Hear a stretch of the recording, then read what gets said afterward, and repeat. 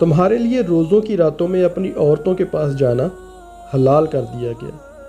वो तुम्हारे लिए लिबास हैं और तुम उनके लिए लिबास हो। अल्लाह को मालूम है कि तुम अपनी जानों को ख़यानत में डालते थे, तो उसने तुम्हारी तौबा कबूल की और तुम्हें माफ़ फरमा दिया। तो अब इनसे हम बिस्तरी कर लो और जो अल्लाह ने तुम्हारे नसीब में लिखा हुआ है उसे तलब करो, और खाओ और पियो यहाँ तक कि तुम्हारे लिए फजर से सफ़ेदी का डोरा स्याही के डोरे से मुमताज़ हो जाए।